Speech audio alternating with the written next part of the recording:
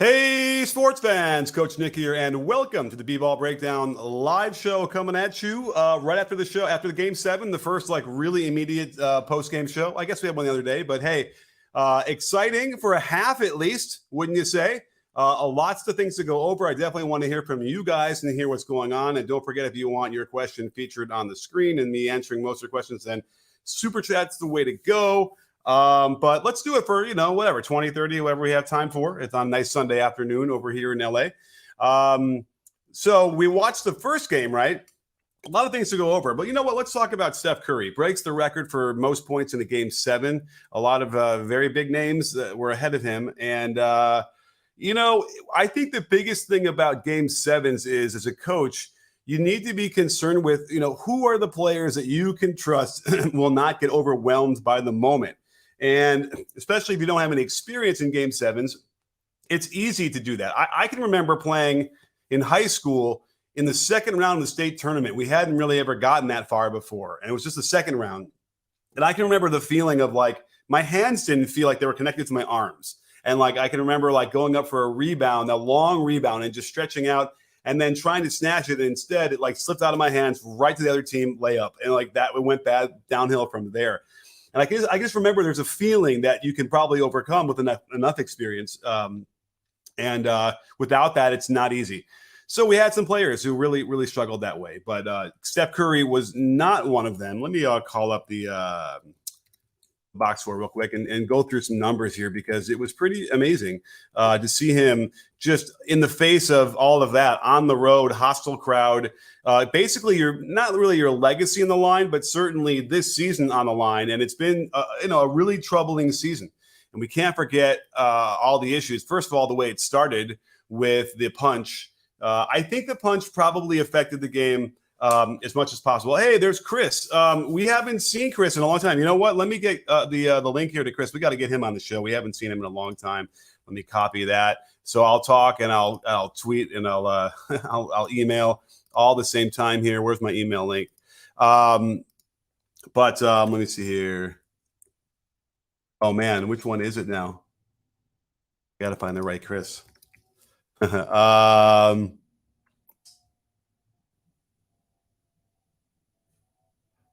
I cannot find it. Is this it? Let's see here. I think this is it. Yeah. Okay, here we go. All right, Chris, there you go. You got the link. Sorry about that. And anyway, so let me call up the game, get the box score. So let's go through real quickly. Steph Curry, 20 for 38, 52.6% field goal percentage, 7 for 18 from 3.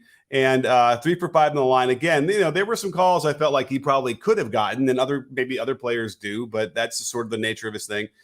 And getting back to the whole notion of what we're at with his legacy, because he's won enough, he's done plenty, he's changed the entire game, so his legacy is intact. Whose legacy might not be.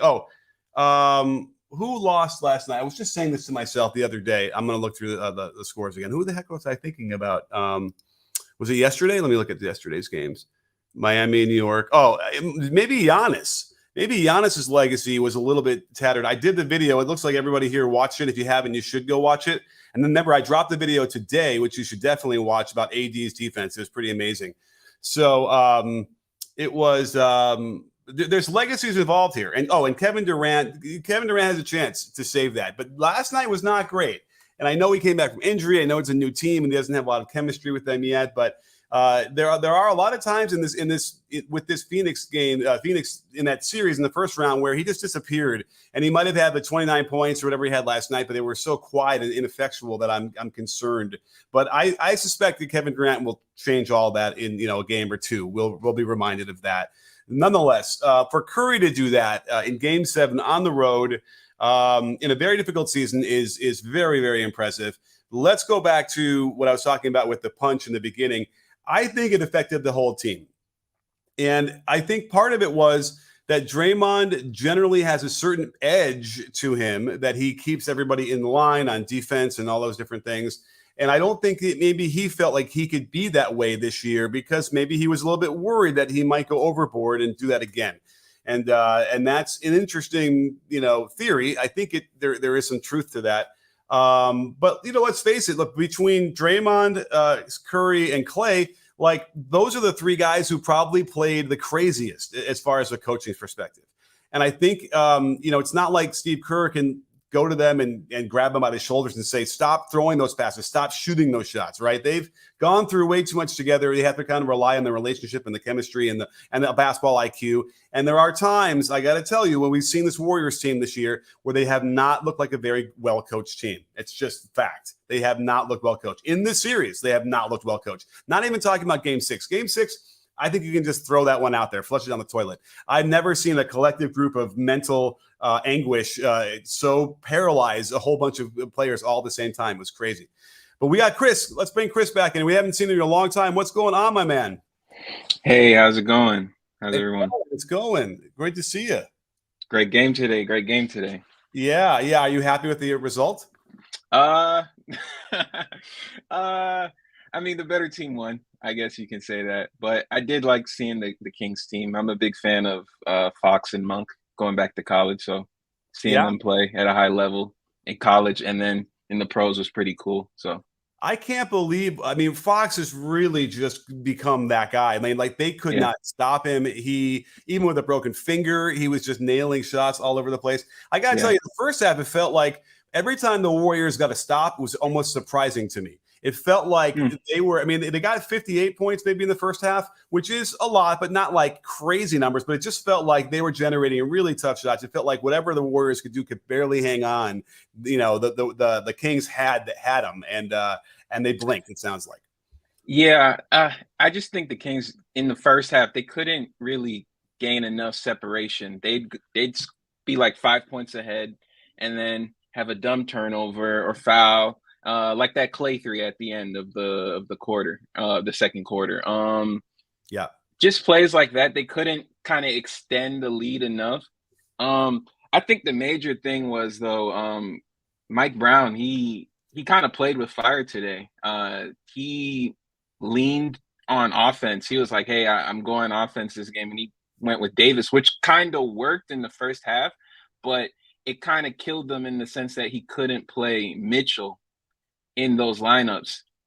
So Curry was just getting, you saw him, like the straight line drives to the rim, kicking out, relocating, getting those relocation threes. And then plus the major thing was Looney getting offensive rebounds and killing them that way. But allowing Curry to not have to work, I guess, as hard with Mitchell. Curry was still getting to his spots, but it was just harder. He was putting in more effort. But Davis was just allowing him to just get wherever he wanted. I think that's what really lost him the game because it let Curry get into rhythm early. Oh, I agree. I've always loved Davion Mitchell from the time he was playing with Taylor. He's the guy I have a feeling the Warriors are really, really excited to not see very often in this game. He was, and it could be worth a part of the video. We'll be focusing on what he was doing to really disrupt everything on offense for the Warriors. So that's a really great call. Yeah. Alex Len also. Let's see. Where did he ended up? He didn't even play. He played 27 seconds today. And they clearly wanted to go away from him. And I felt like there was something there when they went big that caused the Warriors problems too. So I think they might have gotten a little too smart for themselves over on the Kings bench. I think that they maybe overthought some things and thought they were maybe trying to be a little too clever. And ultimately it was like, no, you got to see what's working and really grind that down. I can't believe I want to see what the game log is real quick for Mitchell.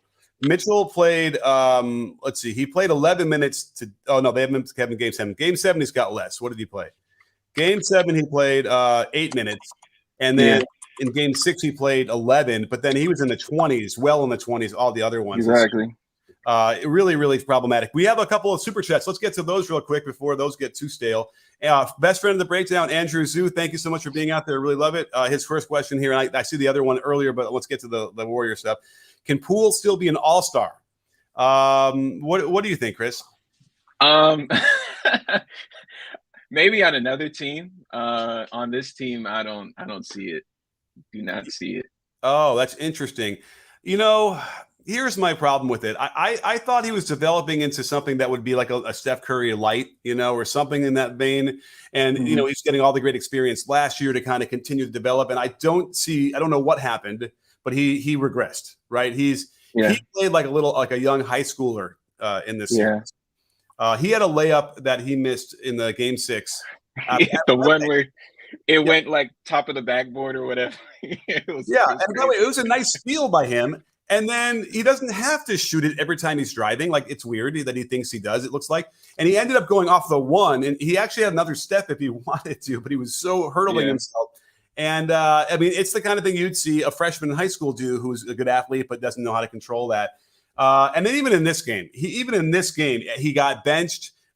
We knew his minutes were going to get cut severely, and they were. You'd think he'd be a little bit more reserved, let the game come to him, and no, he came right in the first time and then just drove to the basket, threw it up. Kerr had to talk to him in the huddle a little bit about it in a nice way, but had to mention it.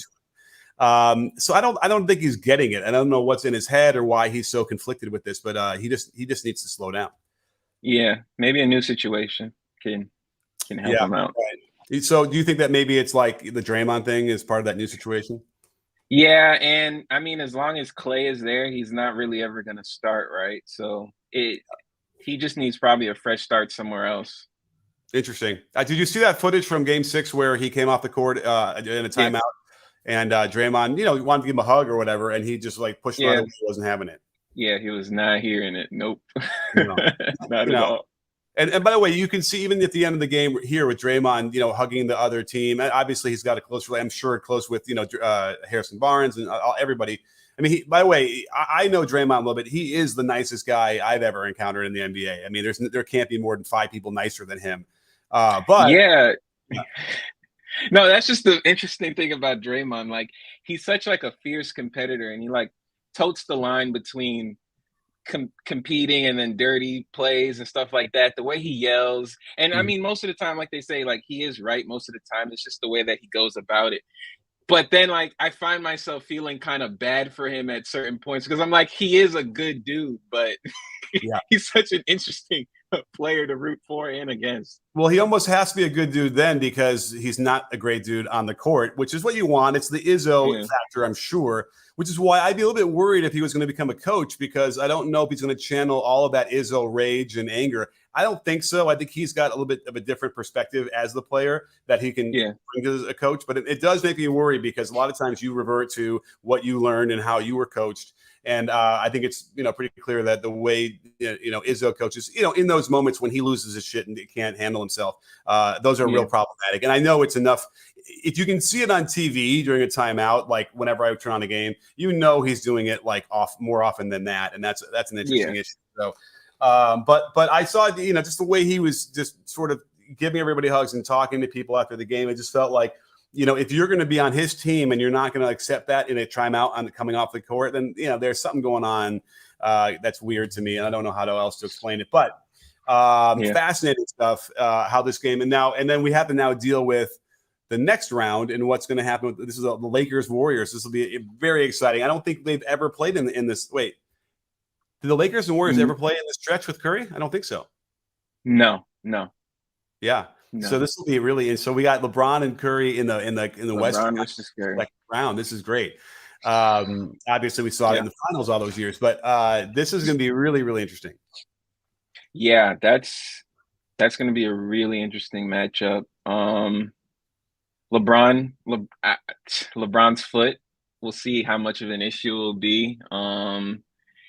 Can Davis focus on boxing out Looney and controlling the glass?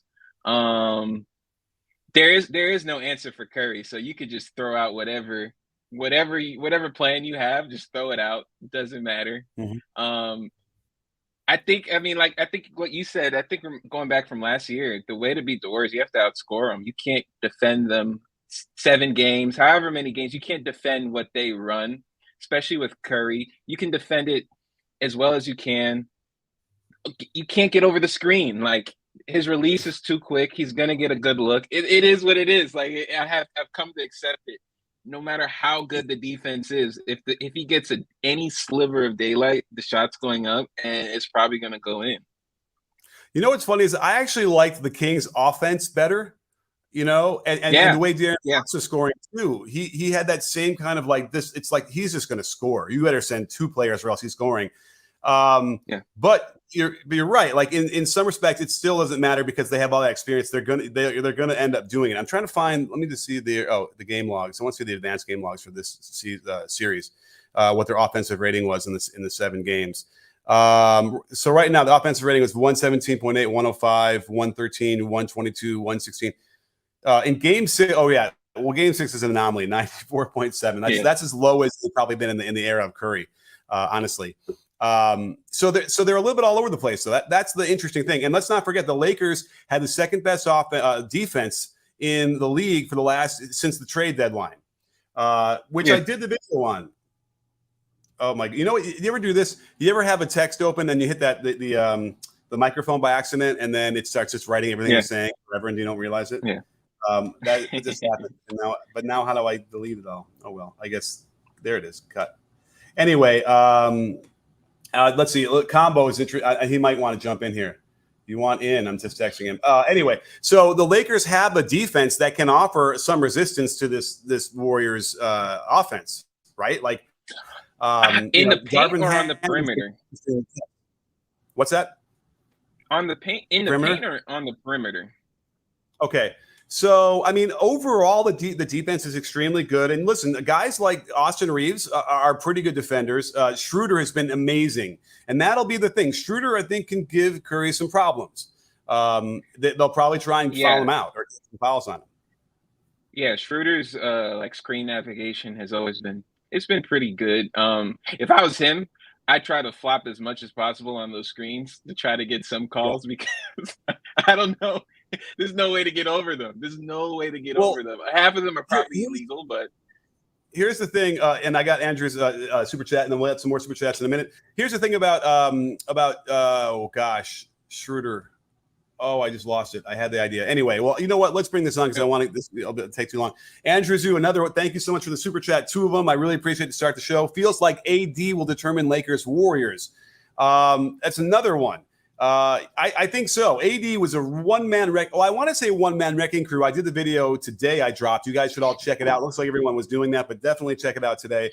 And if he could play like that, then I think that's going to – I mean, I don't know how they do that. Now, of course, can he handle – he's not going to be able to have much of an effect of Curry doing his work on the outside, right? They're not going to certainly screen and roll and like force a switch and have AD guard Curry. I don't think they didn't want that at all. I would probably try and get AD in the corner as much as possible. So who is he guarding? He'll be guarding Looney, right? And they'll probably and not that you want Looney in the corners, but I bet you they're going to try and get Looney away from the basket as much as possible to get AD out of there. That's my first initial impression. What do you think? Yeah, I mean AD. Kevon Looney can't guard AD the same way he guarded Sabonis, giving him 15 feet of space because I think AD should hit those. So that's going to give more space in the rim and stuff like that, opening driving lanes and trying to eliminate help. So and if Reeves can get to the rim, if LeBron can get to the rim, it'll be interesting to see how the Warriors will adjust to that. Yeah, and Reeves is really good at drawing fouls. He's learned that from the best. He studied the best of them, and they're legit fouls. Like I went through that. We talked about the Lakers getting a huge foul disparity. You know, Reeves, believe it or not, is a big part of that. And he doesn't foul. He plays defense well. And and we even talked about guys like let's see. First of all, LeBron, terrific energy out there on defense. I don't know, can he sustain that? He had it going through that whole series in the first round. And you got to be worried. The reason why he doesn't do it in the regular season is so he doesn't get worn out in the playoffs. Yeah. But how many games in the playoffs can he do that for, right? Without starting to get worn down. So very impressive there. I mean, even a guy like D'Angelo Russell was giving out on defense to some degree and is in good positions to be an effective guy. Remember, yeah. No, like I remember their matchup. I think it was like right after the trade deadline. They played the Warriors. D'Angelo Russell played like amazing defense on Klay Thompson. Like he was getting over the screens, he was contesting. And I think his size helped guarding him. That really stood out to me.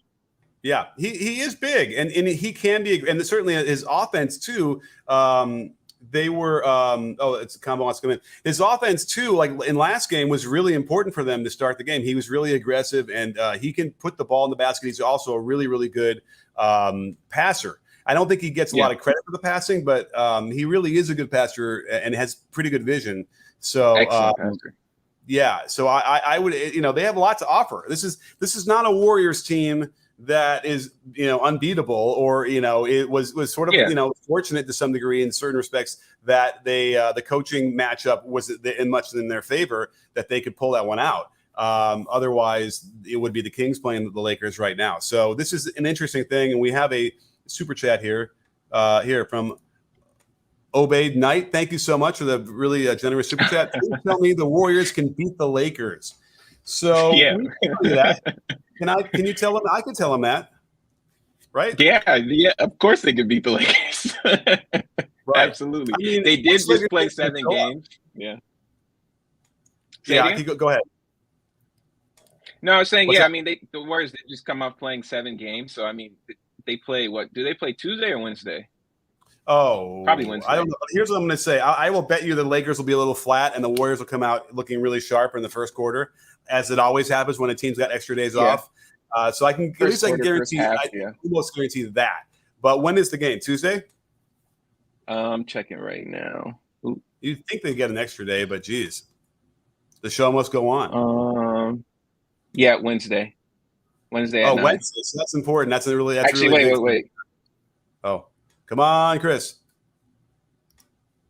I mean, I guess no, Tuesday. Tuesday at 10. Tuesday at 10. Sorry. Tuesday at 10. Oh, it's 7. Okay. Yeah, right. Where's I'm gonna get my combo here to send him the link. Wow. Quick turnaround. Yeah, that sucks. You're sure it's Tuesday? Yeah, I'm looking at it. Yeah.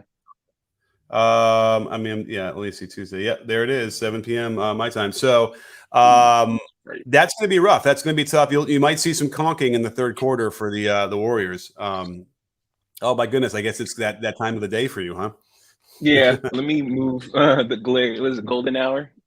Yeah, right. Oh, there you go. Yeah. So then Combo's going to jump in here. We'll have the gang back together again. Wow. Now, what else can we talk? Let's see. So the Warriors can certainly beat the Lakers without question, and it'll be a really interesting series. The Lakers don't shoot in many threes, and generally, what I'll say is if a team, if you outscore the other team by 5 threes, you're almost guaranteeing a win in the playoffs. And we keep seeing that time and again, where that's what the Golden State Warriors did to win Game 5, I think it was. I got to look real quick, but I think that's what it was.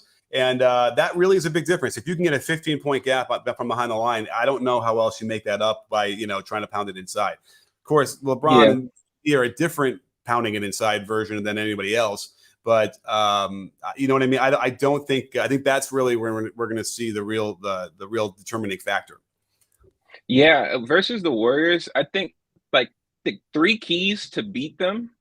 I think that you have to either outscore them probably from the 3-point line. Get them in foul trouble, or out rebound them. I think you have to do 2 out of the 3, and I think the Lakers can out rebound them and can get them in foul trouble. So if they can do 2 out of those 3, they have a really good chance of winning. But it's easier said than done. Yeah. Well, I'm looking right now at the 3-point disparities from they only have the 6 games, but I know they made more in Game 7. But let's see here. This is the Warriors versus Kings in 3-pointers: 16-12, 13-9, 16-11, 14-14, and they pulled that one out. 11-10, and then 10. So in Game 6, when Sacramento just hammered them again, throw that game out. That's the one game where they outscored them from the 3-point line. Everywhere else, the Warriors had a lead there. Oh, here comes Combo. Let's put him in here. But wait, how do we do this again? What did we do? This way? This way? No, it doesn't look right. Was it this way? Yeah, I think so. All right. Yeah. Anyhow, what's up, Combo? Oh no, are we gonna do the same? Can we hear him? Can he hear us? I don't know. Not good. Oh wait. Oh, there we go. Hello. Hello. Hello. Yeah. It's not that. Can you hear us? Can you hear us? That's always the thing. Yes, sir. We never know if he can hear us. All right. Yes, sir. All right. Good to have you. What's up? Well, is he frozen for you too, Chris? Just a little bit, like a little delayed. All right. Well, for me, I can't get anything. He's like, oh, and he moves and he freezes. Well, What's going on? Maybe refresh that tab. I don't know. I don't know what's going on, Combo, but this is what happens on an impromptu live show. Anyhow, let's keep going. We have to talk. Oh, well, maybe he'll figure it out. We have some more live chats. Looks like, or some more super chats. What do you say? Let's get to them because we might bounce around some other series real quick. Yeah. I'm scrolling. Where the heck are they? I can see them oh, here we go. Braun, best friend of the breakdown. Thank you so much from Canada, you hoser. Hey, coach, do you think that Sabonis' struggles were unique because of the matchup, or do the Kings need a center? Can their offense run the same with one? Well, he had 16 points in the first quarter. It wasn't like he was struggling that much there, but do you think that he had a concussion? Concussion based since last game? Yeah, on the jump ball that gave him that huge shiner. Oof. I don't know. I don't think so, but I don't know either, but no. I always look for that. Are they a little bit out of it? And thank God that he played really well in the first half. Otherwise, it would have been like, not only did I think he had a concussion, they didn't do protocol for him. They didn't, which is like a really disservice to the players if they don't do that. Draymond fell backwards too, and I couldn't quite see if he nailed his head or not. But sometimes those kind of falls can slosh the brain too, and they didn't do anything for him either. I'm not sure we'd know either way, but he did shoot a few threes that made me wonder, like, was he thinking something was going on? Although they were close, he gave a good shot out of those. But let's see if Combo can fit in back here. Now it's not even a picture of him, right? You see black screen? Yeah. All right. Oh, there he is. Combo, I don't know what's going on. Is it your computer? You got to restart? Do you have your internet? Is it a Sunday? I don't know. But and there he goes. Well, anyhow, let's just let's do that, and if he comes back, I'll bring him in. So anyway, the question then would be, do they need a center? Obviously, they seem to do well when they went small, and with him in there, and I feel like defensively, it's what you're always worried about from the center position, but. I don't know. Listen, they were a terrific offense, and that's not the issue, right, with him at all. Well, I do think Sabonis needs to. You can't be guarded like that. You can't have a guy 15 feet away from you, and the offense is just guys running around the perimeter trying to get open. He has to be a threat in that space. He has to eat up that space. He can't just be a brute and just run into guys and get offensive fouls. Yeah. He has to at least Ayton has this like a little like midi floater type push shot that Sabonis needs to try to adapt and implement into his game because you just can't get guarded like that. The whole league saw how to defend him in this whole series. It's weird. He made those shots. I mean, I guess he made half of them, right? He took maybe 4 of those and he made 2 or 3 or 6, whatever it was. He shot well for the game. Yeah. But I don't think it was going to matter. They weren't going to guard him there anyway. It's interesting, right? Because it's weird. Like I would have been like, I wouldn't have wanted to give him a 14-footer without a hand up, and that's what they were doing. Yeah. I have to go look in the actual all the shots. I know he missed some. I know he made some. Seems like the points per possession would have been fine. And so you're right. What by playing off of them that much with the ball at the high post like that, then they can't get any cuts. They can't, the space lane close to him. And then his inability to do a move other than I'm going to batter you. It works in the regular season. It can work against inferior defenders, but not when you get to the level of like a Looney and a Draymond, and that's a problem. Yeah. It killed them. I guess is the answer yes? They need to figure something else out with him. I don't know. He just needs to develop. And I think Barnes killed them. I think Barnes, man, his minutes were bad in my opinion. Yeah, he was 1 for 4. It just wasn't even. You wouldn't even know he was playing. I think is what it was. Yeah, at all today. I think that's the spot you really need to look to upgrade from. He couldn't give him anything, nothing. Like in that spot, you'd probably want like a shot blocker or something. You just give him something. I don't know. Yeah. Barnes was just make plays. You got to make some plays. You got to get some deflection. Yeah, I hear you. It's too bad because Barnes has proven he could score, and he's been a 20-point a game scorer. He's been in moments where he could defend, and he just sort of. I don't know what it is. He shrinks a little bit. And I did a tweet during the game that people were responding to where I didn't identify who I felt was really not up for it at all. And it wasn't Barnes who I was talking about. And everybody was like, oh, you got to be talking about this, and that. And nobody got it. It was just really, really strange. Was it Fox? Who? Fox? No, I thought Fox played fine. He played well. He had moments where he was like, geez, like he'd been playing where Fox was 5 for 19. Interesting. Yeah. I mean, well, in the first half, I didn't feel good about the first half with Fox in particular, just because all his shots were on the perimeter. He wasn't getting in the paint. He wasn't putting any pressure on them. He wasn't getting any. I don't think he had one layup. If I'm going back and trying to remember it, he didn't put any pressure on the rim, and that's what he was doing throughout the rest of the games. Yeah, that's true. I think it was also just like the movement pattern. Like he didn't seem to shrink. I mean, he was aggressive. He was playing the way we'd seen him, except maybe for getting to the basket a little bit. But some of the other guys, though, you could see they were in their heads. And the guy who I was actually talking about was Andrew Wiggins. He was smoking layups. Yeah, he was missing layups and he was missing free throws. And Wiggins is definitely susceptible to that. And you got to hope that as your third best player, you're not like so relying on him where he will let you down in that situation. And luckily, they had a couple other guys. By the way, Klay Thompson, he was a guy that really was struggling, and he struggled the whole series, I thought, in a lot of ways. And he's, I think it was in the game 6 where everybody in the collective, trouble.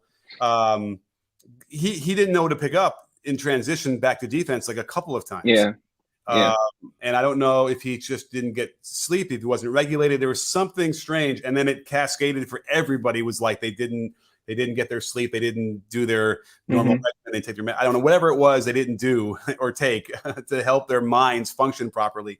That was going on. And Steve Kerr's got to have to pray that doesn't happen again. It probably won't. But let's get to another super chat, shall we? And then Combo popped in here, and then he disappeared again. I don't know what's going on with his stuff. It usually works pretty well, but you're working, right? I'm smooth. You're smooth. Yeah, I'm great. All right, good. Nothing, no lagging. Okay, great. Yeah. And Solano, thank you so much for the super chat. Really, really generous of you. It really helps to keep the show going. Why do you think Coach Mike Brown didn't run Alex Len in the lineup versus Looney? Sabonis was struggling, but Alex showed in the series he can do well.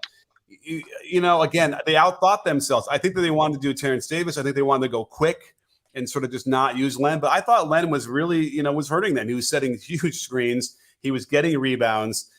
He was meeting some of that Looney force. I think that it's a great point, and I don't know other than like to get the game going faster.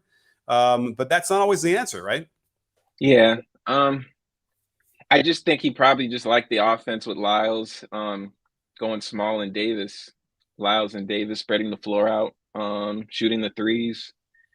I guess he kind of waited. Len wasn't giving them enough to not play Lyles and Davis, to lean that way.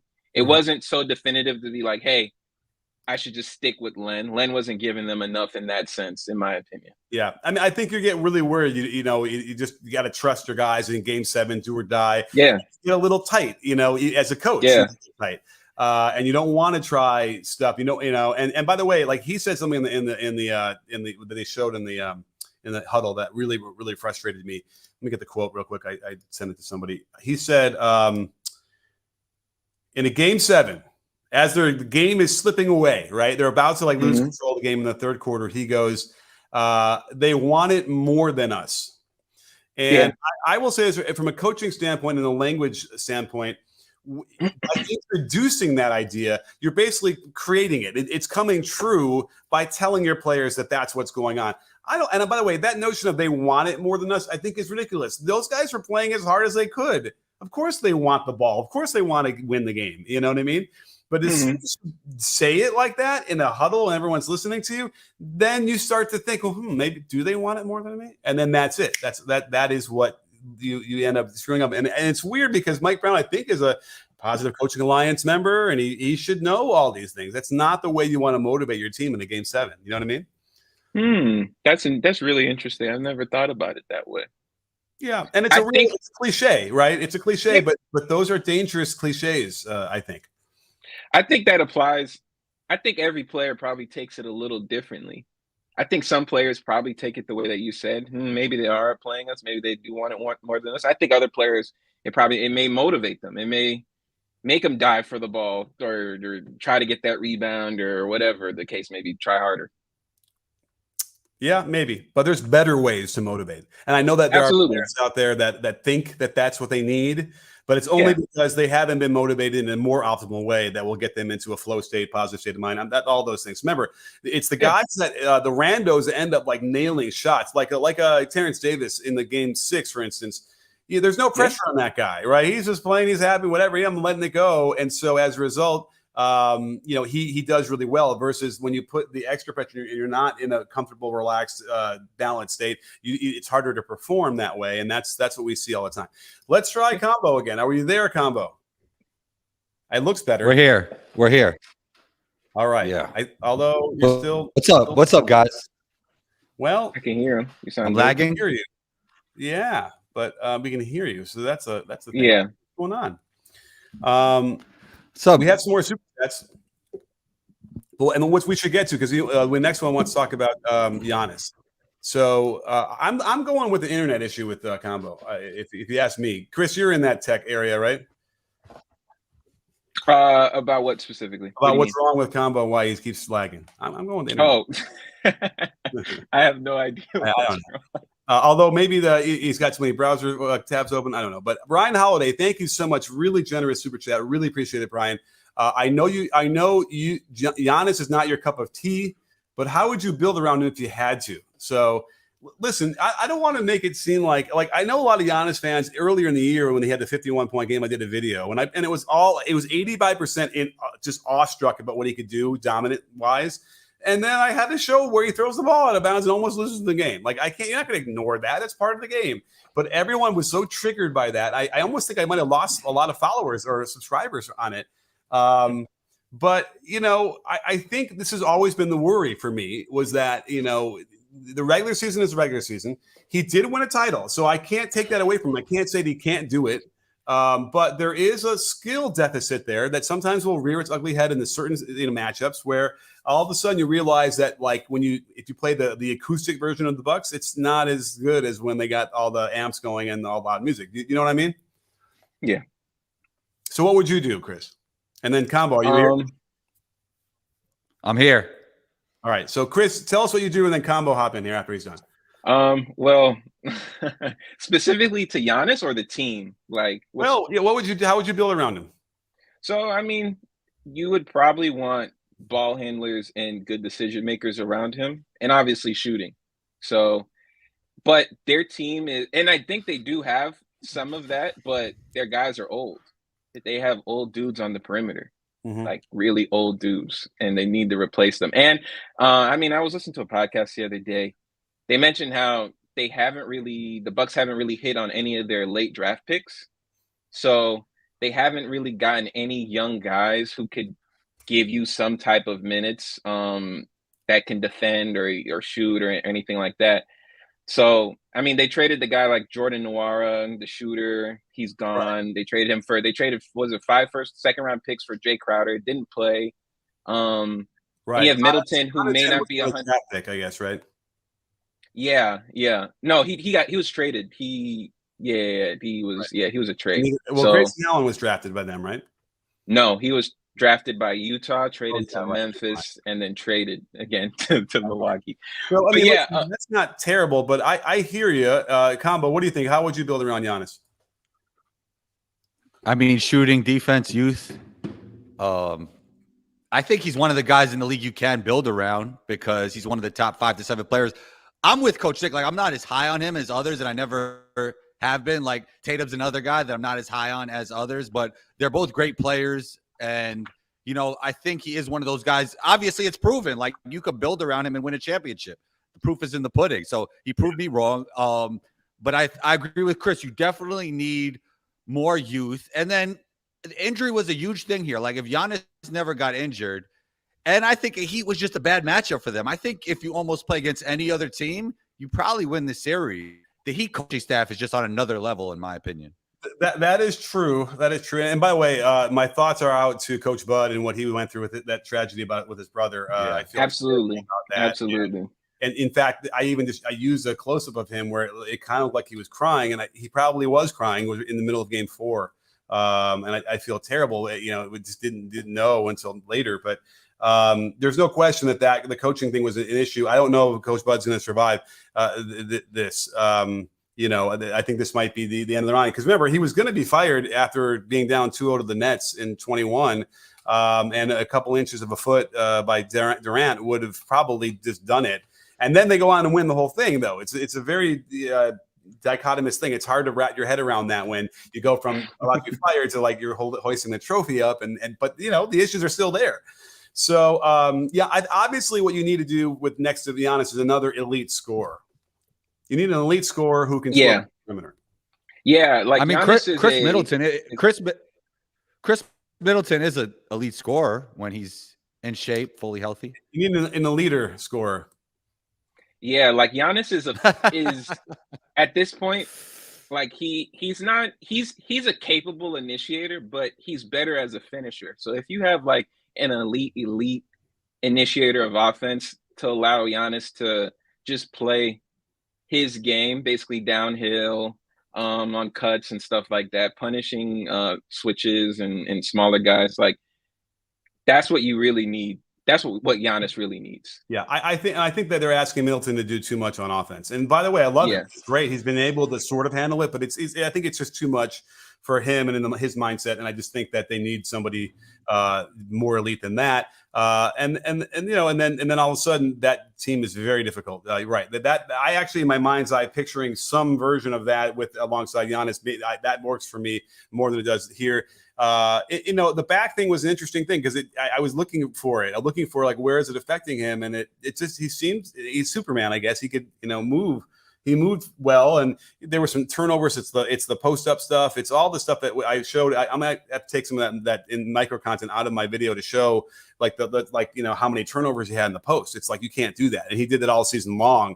There was only a couple players who turned the ball over more than him in the post, and let's not forget that's the worst turnover aside from a pick six. Who turns the ball over more in the post? Giannis or Embiid? Really want to know? I think here's my memory. It's I know I can do it. Toronto. No. Who's the big man in Toronto? Is Boucher or Pirtle? Valanciunas. Valanciunas is not in Toronto anymore. Where is he? No, he's in New Orleans. New Orleans. Thank you. New Orleans. I'm going to look it up right now. This is from when I do this, maybe 6 days ago. Let's see how well my brain works. I go to the rankings. I go minimum 100 possessions, and I go percent turnover most. Let's see, highest. Oh no, he was number 2. Do you know who number 1 is in the post for most turnover percentage? Embiid? Guess. I'm guessing Embiid. No. Embiid I saw up there, but wait, where is he? I know Embiid might not even be up there. Embiid is 16th, a minimum. Oh, 100. wow. And that, by the way, that's out of 34 players that had 100 post-ups. So he's middle. He's like average. Okay. Who's the top of the list? Anyone? Let's see here. Let's open this up and see if we can find somebody. I'll even put the comment up if you're right. Is this a bonus? It is not the bonus. Who's going to put a comment up and guess the right one? I'm scrolling all the way to the bottom here. Who knows? Minimum 100 possessions without looking it up. Don't look it up. No. Is it Rudy Gobert? What? Is it Gobert? Oh no, I don't think he's got 100 post-ups. He doesn't have them. Okay. Let me look if he's in this list. He's not in this list. He doesn't have 100 post-ups. DeMar DeRozan is turned the ball over the least for the minimum 100 post-ups. That's pretty interesting. He made that list. The number one guy who has the highest number percentage. All right, here we go. We have some questions here. We have some answers. So it's not Gobert. It's not Mitchell Robinson. Yeah, none of these guys post up enough. Siakam is an interesting call. Did I see him on here? Let me see here. Siakam is there, but he's 27th. He doesn't turn the ball over very much. So where else? Let me see here. Someone's going to get it. Someone's going to get it. Not LeBron. Not. Is it a center? It's a power forward. Big forward. Ooh, I'm giving you too much. Julius Randle. Yeah. Julius Randle. You win. Did anybody else get it? Randle. Wait. Okay. $1 out of 50 cent is got it. And Hero got. I'm sorry, I was strolling it furiously, but Chris got there before I could get there. Big man Sam, good answer. Anybody else? PJ Hoops, so maybe he saw the answer, but we'll give it to him. Anyhow, that's who it was. Randall, which is not good either. Remember, the whole purpose of getting a post up is that you're going to get a shot off at least, and to be the league leader in that is really bad. What's Randall's deal? Is he playing or not? No, his ankle. He re-aggravated it. So he's not going to play again. Is he going to play for game 2? Do we know? Did they say anything? After this loss, they may have to play him. Yeah, right. Yeah. So let's talk about that for a minute, because they looked really good to start, right? They were really doing well. They're running offense. You know, Jalen Brunson is just probably, again, has the best footwork in the post I've seen. And then what? Combo, did you watch the game? Yes. So what do you think turned that game around and gave the control of the Heat for the rest of it after the first quarter? Defensive intensity. I think the Heat really pushed up on that side, and Jimmy was being Jimmy. And then what's up with the ankle? Is he all right? He rolled it pretty well. I mean, I've seen Kobe roll that and just keep playing. But yeah, what they should do is what they said on the broadcast. Don't play him game 2. They got the one they needed to steal, and because Combo, you probably know this whether you played pro. The ankle treatment they have now in the modern era is really good. Like you could, if you had 3 or 4 days straight of that treatment, you could probably be back at a pretty good rate.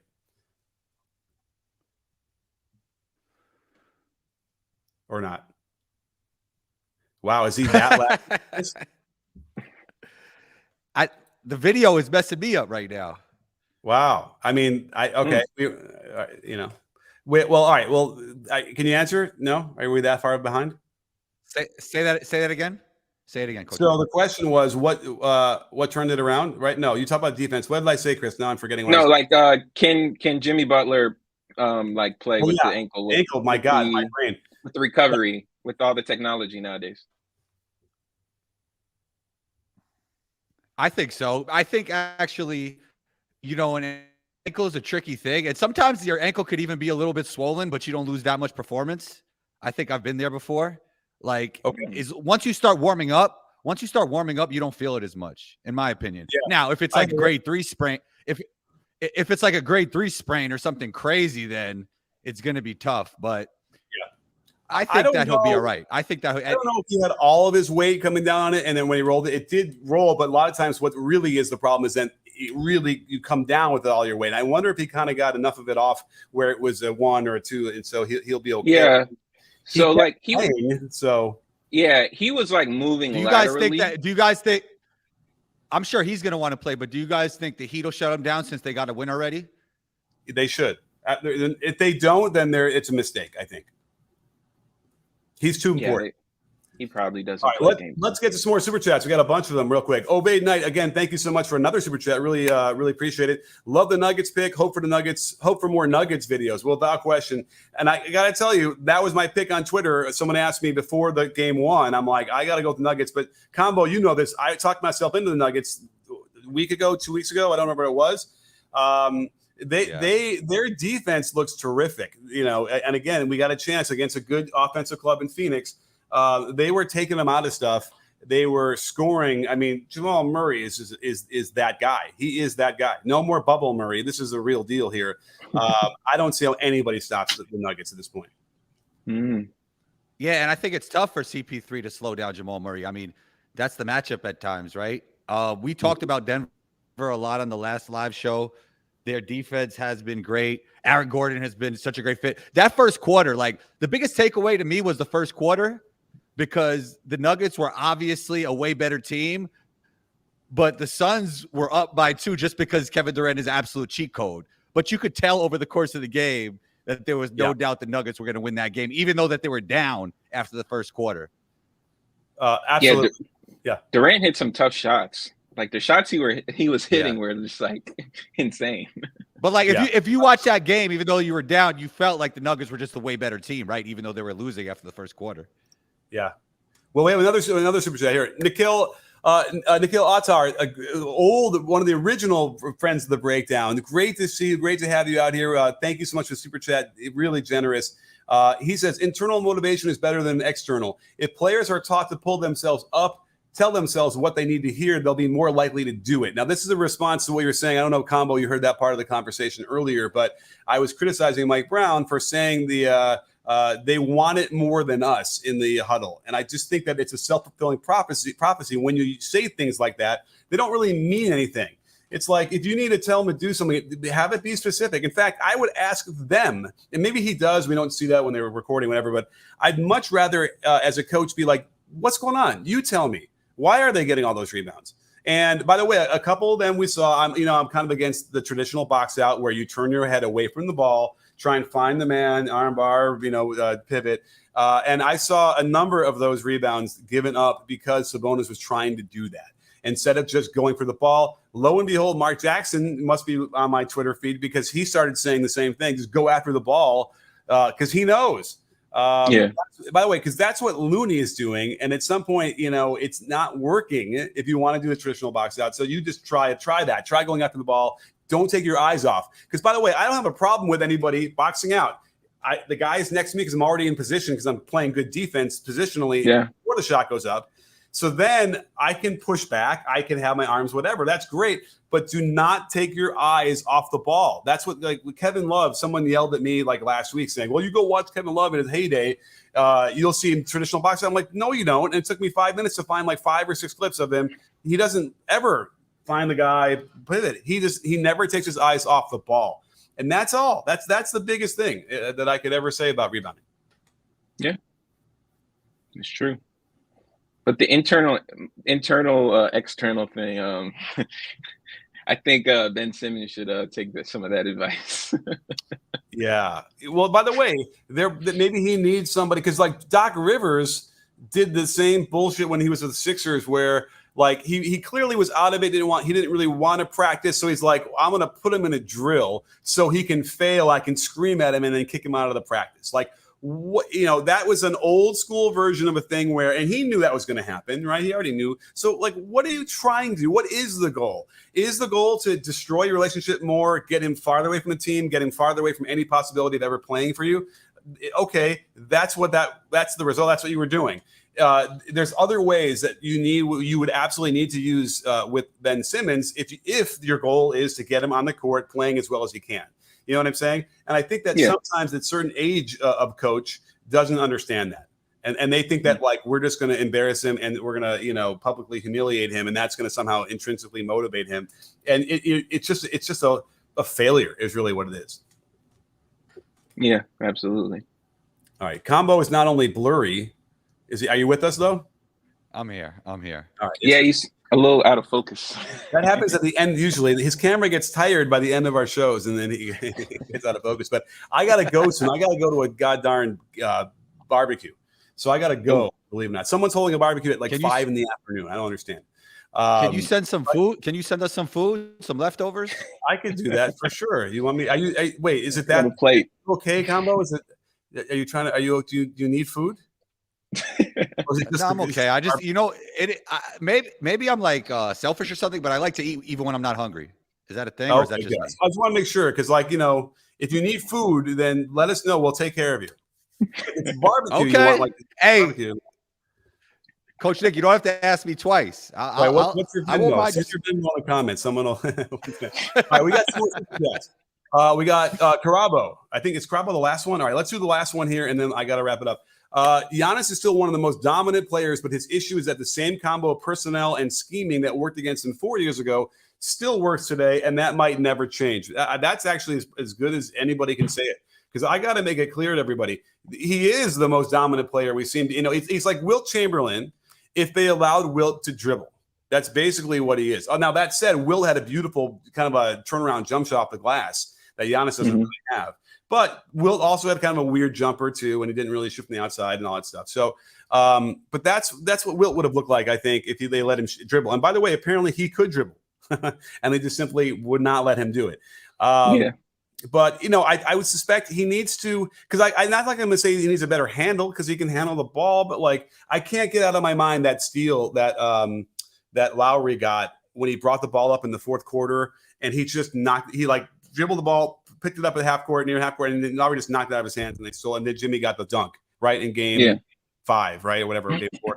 I can't get that out of my mind. What happened there, or the jump ball that goes to him and he throws it out of bounds, and somehow Middleton didn't let it go. But he didn't want to get fouled. Yeah, I can't get those out of my mind. Yeah, I mean, Giannis just needs. I mean, they just need to go back to what worked for them when they won a championship versus the Suns. Like, Giannis wasn't the initiator. He wasn't starting at the top of the key and just driving in the 3 bodies. He was setting screens. He was just moving around, being active in that sense. Yeah. A lot of this year, had to do with injuries, and it kind of has come out with he's had some frustrations with Middleton not being able to play and him having to carry the load and stuff a lot this year. So yeah. That's what happens. Imagine how Middleton feels having to carry that. And I got in trouble before when he won the MVP or whatever that year was, because it's like, and we've talked about this all the time. In my mind, the MVP has to have the role on his team that the coach says, here's the ball, last possession, you go win us the game. And oftentimes it's Middleton who has the ball and he's going to win the game. Now he might get a ball screen from Giannis and give it to him. Giannis does something, but it's like, and you shouldn't. Giannis shouldn't have the ball. They're going to foul him and put him on the line or whatever it is. It's hard for me to wrap my head around. And by the way, I had the same issue with Shaq. Like, Shaq never got a final possession call for him. It's Kobe. What's that? Yeah, I mean, it was Kobe. Kobe had the ball in his hands at the end of those possessions. Yeah, so that's and by the way, Shaq was more dominant than Giannis was, but like, it's weird to me that you can win the MVP and not have that MVP role on your own damn team. That's just I'll never wrap my head around that either. And how could Giannis get that role? He has to improve his jump shot. He has to be able to improve his moves in the post. There's a lot of stuff to improve. But what's scary about that is he scores 30 a game, gets 15 rebounds and whatever anyway. And so I don't know what to say other than there's some improvement he needs to make. I feel like Giannis is a super team player, though. And he's probably the greatest guy. It's like hearing talk. Yeah, it's like he is just playing the game of basketball and other people are putting on him the MVP, the best player in the world, when he's just doing whatever he can to win for his team. But then once you get to that level that people are talking about it, everybody might nitpick what he does. So he never really claimed to be the greatest player or the best player in the league. You know what I mean? I think that's what happens with Jokic too. I think Jokic just goes 100%. Out there and plays. He does not care if he scores 20. I totally agree, Chris. Right. And I think we got one more to do, and I got to wrap it up because I got to get in the shower and all this stuff. So here we go. You ready? Last one. All right, Andrew. We got 2 more super chats. Let's get to them real quick. Amazing M. Thank you. My goodness, very generous of you. I really appreciate it. Thank you. Something is telling me it's going to be a Celtics Warriors rematch in the finals. Thoughts? No. I don't see the Warriors. I think I see the Nuggets. Do I see this? So I don't know. What do you guys think? Do you see the Nuggets, or who else do you see in the Western Conference, Western side? I think the Celtics is right, but I would say Denver on the West. That team is too good, and defensively they're coming together. And with you have an MVP, and then Jamal Murray playing the way he is. We talked about this not too long ago, Coach Nick. I think it was the last live show that I think they're coming out the West, and I think they're going to win it all. Chris, Celtics fan here.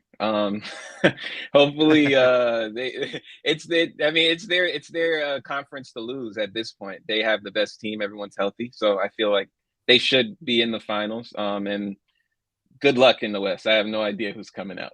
I would lean Nuggets at this point. That is the answer. Now, I have a vision. I have the hottest of hot takes that Miami could beat the Celtics. They don't have the bodies. It would have to be a complete collapse. I'm picturing Spoelstra versus Mazzulla, and I would feel good about that if I were the Heat. But you're right. Jimmy can't have an ankle injury or lingering whatever. They need to get Hero won't be back, but they'd have to play so far over their heads. But there's something about the defensive thing that I can kind of see them scheming and handling that. Although, do they have the guys to guard them? And the thing is, like, Bam is hampered Robert will like if our guys are healthy and theirs are still like they don't have Hero. Who like their guards are small. Chris, how do you guys feel? How do you guys feel about Hero being out? In some ways, does it benefit them because the decision making is better and there's nobody to target on defense? Because their offensive ceiling. I know it was the Bucks. Giannis didn't play for 2.5 games. Like it's. I don't consider it like a complete domination. Like I still think Hero's offense still gives them a higher ceiling to what they have right now. Like it gives it more variance. Right now, like I get it. They played well versus Miami, but doing it again and then again, you need Hero. And by the way, Miami just doesn't have the right players to guard them. The wings, like they don't have the wings to guard us. Miami doesn't have the talent that a lot of the other teams have. They're at a talent deficit. Just their coaching, their coaching staff is just very elite. One more. We got Andrew Zhu. My goodness gracious. Well, thank you so much. This is the thoughts on Giannis's failure question. Okay, we can wrap up with this really quickly. So, again, I love hearing Giannis. He's such a thinker, and he really has great takes about everything, about life in general. You have to remember where he came from. So his perspective is going to be a lot different than somebody who's grew up privileged in America, for instance. But, if you watch the video or even look at the title of the video that I just did on it, losing as number one seed and the way they did in 5 games, it's hard to classify that in any other way other than that was a failure that should not have happened. If it was a 6-game or even 7-game, I wouldn't feel so negative about it. But, and it was a weird season. They had a lot of things, but it was dealing with a lot of issues too. So, so I like what he said. I understand that it's a good answer. But I think practically when you're talking about, what the results of this series, it is a failure. And I think the front office needs to take I would probably rip the whole team apart and start over from all the way down. Yeah. Giannis, his question or how he answered it. I mean, he's right and he's wrong. It's both. That's just how I see it. Okay. Combo, last word. It's a failure organizationally, but I don't think the team has a bunch of failures on it. Like they failed. To say somebody is a failure means it's over. There's no more to the story. And I think that's what Giannis was getting at. And I think he's very philosophical, and I like what he said. Interesting. But organizationally, you put a lot of money into this team. You're expecting to make it to the finals. And that means this season was a failure. Are they failures? No. Right. I think the question was the season a failure? If it wasn't worded that way, I think that's what I got from it. But either way, tear it all down, trade everybody, change the coaching. Lopez is a free agent. Yeah, whatever. Yeah, I mean, I would look at the whole thing the way they did it, and maybe obviously Middleton I like. Maybe that's about it. It sounds like Holiday might not come back anyway. I think he's a free agent, maybe. No, is he in 2 years on his contract up? He said he may. I know. Retirement. I know. Chris got a player option. I know that. Right. All right. Well, anyway, awesome to be here. Impromptu, Chris. Great to see you. It's been way too long. Combo as always. You can figure out the tech stuff and get us going. So, thank you all out there for all the amazing super chats. Andrew Zhu, you were way too generous. Appreciate it. And everybody else that was part of this conversation. And don't forget, at B-Ball Breakdown, we're not a channel. We're a conversation. You in? Are you guys in? Yes, sir.